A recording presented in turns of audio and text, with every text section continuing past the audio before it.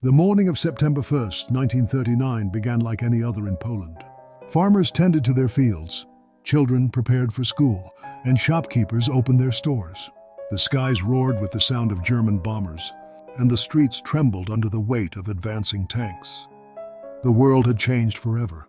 Germany had launched a full-scale invasion of Poland. The fragile peace that had held since the end of World War I shattered into chaos. But this was no sudden act of war.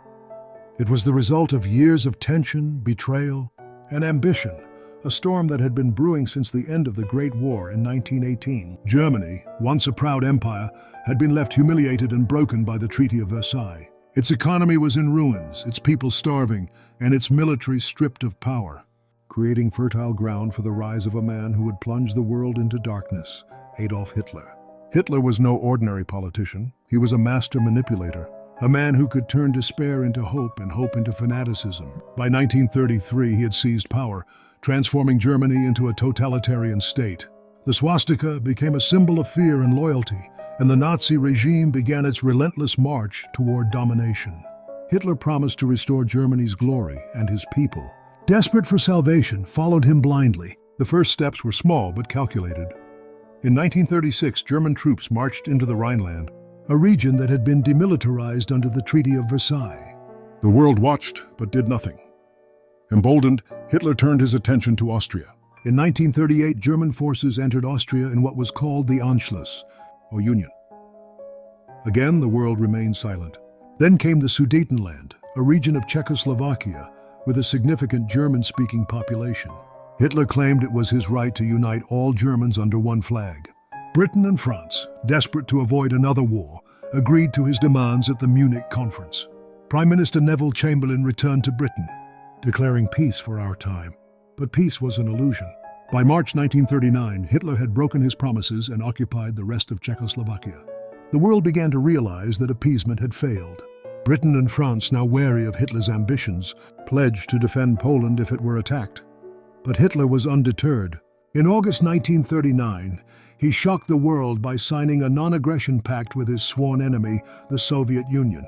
The Nazi-Soviet pact secretly divided Eastern Europe between the two powers, giving Hitler the green light to invade Poland without fear of Soviet intervention. On that fateful morning of September 1st, 1939, German forces unleashed their Blitzkrieg, or lightning war, on Poland. Tanks rolled across the countryside, planes bombed cities, and soldiers advanced with ruthless efficiency. The Polish army, though brave, was no match for Germany's modern war machine. Within weeks, Poland was overrun. On September 17th, the Soviet Union invaded from the east, sealing Poland's fate. The country was divided between Germany and the Soviet Union, as agreed in their secret pact. 2 days after the invasion began, Britain and France declared war on Germany. But their response was limited. While Poland burned, the Western Allies hesitated, unsure of how to confront Hitler's aggression. This period of inaction became known as the Phony War, a time when the world held its breath, waiting for the next move. Meanwhile, Hitler's ambitions grew. He turned his attention to the West, launching an invasion of Denmark and Norway in April 1940. By May, his forces had swept through Belgium, the Netherlands, and Luxembourg, bypassing France's heavily fortified Maginot Line. The French and British armies were caught off guard, and within weeks, France fell. The British Expeditionary Force barely escaped at Dunkirk, leaving behind most of their equipment. Hitler now controlled most of Western Europe. But even as the Nazi war machine seemed unstoppable, one nation refused to surrender: Britain. Under the leadership of Winston Churchill, the British people stood firm. "We shall fight on the beaches," Churchill declared. "We shall fight on the landing grounds. We shall fight in the fields and in the streets. We shall never surrender." The Battle of Britain began, with the Royal Air Force, RAF, facing off against the Luftwaffe in the skies over England. Despite being outnumbered, the RAF held its ground, using radar technology and sheer determination to repel the German assault.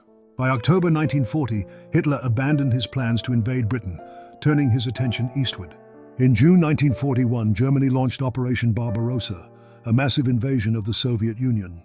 Over 4 million German soldiers poured into Soviet territory, aiming to crush the Red Army and seize the vast resources of the East. At first, the Germans advanced rapidly, capturing millions of Soviet soldiers and reaching the outskirts of Moscow. But the harsh Russian winter and fierce Soviet resistance brought the German advance to a halt. The tide of the war was beginning to turn. As the war dragged on, the world witnessed unimaginable horrors. The Holocaust, Hitler's plan to exterminate the Jewish people, claimed the lives of 6 million Jews and millions of others deemed undesirable by the Nazi regime. Cities were reduced to rubble, and entire nations were brought to their knees. Yet amid the darkness, there were glimmers of hope. Resistance movements sprang up across Europe, and the Allies began to coordinate their efforts to defeat the Axis powers. By 1945, the tide had turned completely. The Allies, now including the United States and the Soviet Union, launched a series of offensives that pushed the Germans back on all fronts. Berlin fell in May 1945, and Hitler, the man who had plunged the world into war, took his own life. The war in Europe was over, but the scars it left behind would last for generations. The story of World War II is one of tragedy and triumph, of humanity's darkest hours and its greatest resilience. It is a reminder of the cost of unchecked ambition and the importance of standing against tyranny. As we reflect on this history, let us remember the lessons it teaches us and strive to build a world where such horrors are never repeated. If you enjoyed this story and found it engaging, don't forget to like and subscribe to the channel. Your support helps us bring more stories like this to life. Thank you for watching.